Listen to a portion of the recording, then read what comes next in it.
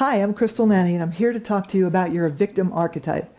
Now, before you run away with terror and say, oh, victim archetype, remember that archetypes are universal patterns of energy that cross all cultures, all boundaries, all countries. We can find victims of every shape and sort.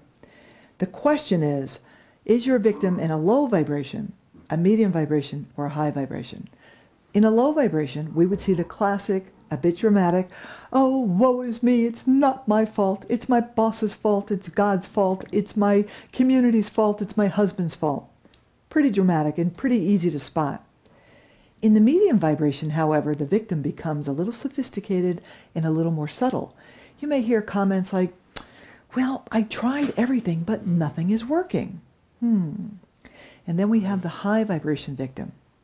And in the high vibration victim, we are spiritually responsible. And that means we take responsibility for our situation. If someone is not treating you well, what role do I play in this relationship? Am I putting up wishy-washy boundaries? Am I not speaking up for what I need? Whatever it is. So I want you to understand that your victim will try to tell you that you are powerless, but I'm telling you it's an illusion. Now, sometimes people are in situations, I know, maybe they're caretakers and they don't have the money to hire someone to help them out, or they have no family that could give them a break so they could take care of themselves. I understand these things, and they're on 24/7. But you could change an attitude, a way of thinking, a reaction. There are other things that you could do. For example, maybe when the person you're taking care of takes a nap, you go ahead and take a nap with that person. Instead of cleaning the house or doing the dishes or whatever you need to do, you take care of yourself. Always take a look at the role that you are playing in a situation. Let me give you an example. Many of you just celebrated Thanksgiving. I can't tell you how many times I've heard, so I'm in the kitchen doing the dishes, putting away all the food, and everybody's inside watching the football game, and here I am getting stuck again. Well, let's take a look at your role in that. First of all, did you ask anyone for help? Second of all, when someone did offer to help, did you push them aside because you're a little bit controlling how the dishes need to be washed and cleaned or how the table needs to be set? Okay?